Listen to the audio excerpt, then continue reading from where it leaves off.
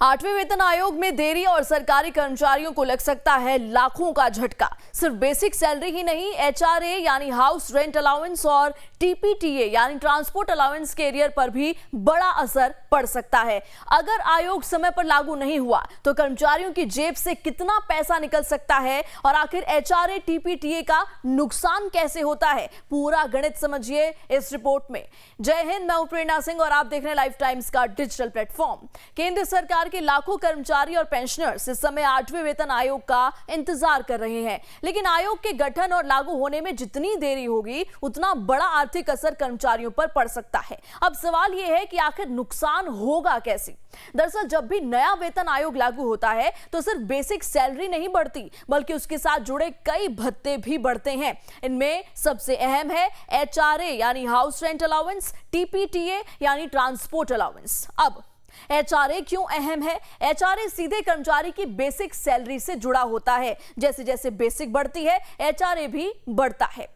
उदाहरण के तौर पर अगर किसी कर्मचारी की बेसिक सैलरी 50,000 रुपए है और एचआरए 27% मिल रहा है तो उसे करीब 13,500 रुपए एचआरए मिलता है। लेकिन अगर नए वेतन आयोग के बाद बेसिक बढ़कर 80,000 या 90,000 पहुंच जाता है तो यही एचआरए काफी ज्यादा हो सकता है। यानी वेतन आयोग की देरी का मतलब हर महीने संभावित बढ़े हुए एचआरए का इंतजार। अब बात टीपीटीए की कि टीपीटीए क्या है? टीपीटीए यानी ट्रांसपोर्ट अलाउंस कर्मचारियों के आने जाने के खर्च के लिए दिया जाता है। यह भी पे लेवल और डीए यानी डियरनेस अलाउंस से जुड़ा होता है। जब डीए बढ़ता है और नई पे स्ट्रक्चर आती है तो ट्रांसपोर्ट अलाउंस में भी बड़ा बदलाव आता है। अगर आयोग देर से लागू हुआ तो कर्मचारियों को बढ़े हुए टीपीटीए का फायदा देर से मिलेगा। अब सबसे बड़ा सवाल, क्या कर्मचारियों को बाद में एरियर मिल जाएगा? यही सबसे ज्यादा चिंता का विषय है, क्योंकि आमतौर पर सरकार वेतन आयोग लागू होने की इफेक्टिव डेट तय करती है। अगर इंप्लीमेंटेशन और नोटिफिकेशन में लंबा गैप आता है तो एरियर का भुगतान सरकार के फैसले पर निर्भर करता है। यानी कर्मचारियों को डर है पूरा एरियर मिलेगा या नहीं, एचआरए और टीपीटीए का डिफरेंशियल पूरी तरह कवर होगा या नहीं, और अगर देरी बहुत लंबी हुई तो लाखों रुपए का क्यूमुलेटिव इंपैक्ट पड़ सकता है।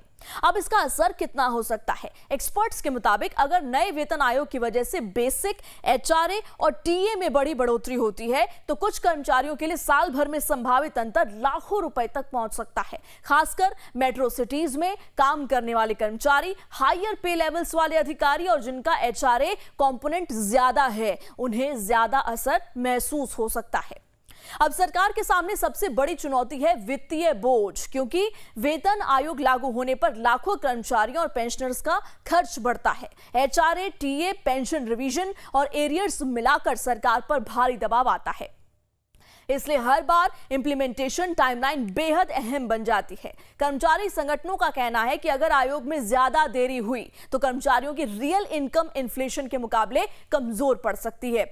वहीं सरकार बैलेंसिंग एक्ट में है, एक तरफ कर्मचारियों की उम्मीदें, दूसरी तरफ फिस्कल डिसिप्लिन। तो कुल मिलाकर आठवें वेतन आयोग में देरी सिर्फ सैलरी बढ़ने की देरी नहीं है, बल्कि एचआरए, टीपीटीए और संभावित एरियर पर भी बड़ा असर डाल सकती है। अब सबकी नजर इस बात पर है कि सरकार आयोग के गठन और इंप्लीमेंटेशन पर अगला बड़ा फैसला कब लेती है। इस वीडियो में फिलहाल इतना ही। मुझे दीजिए इजाजत। जय हिंद, नमस्कार।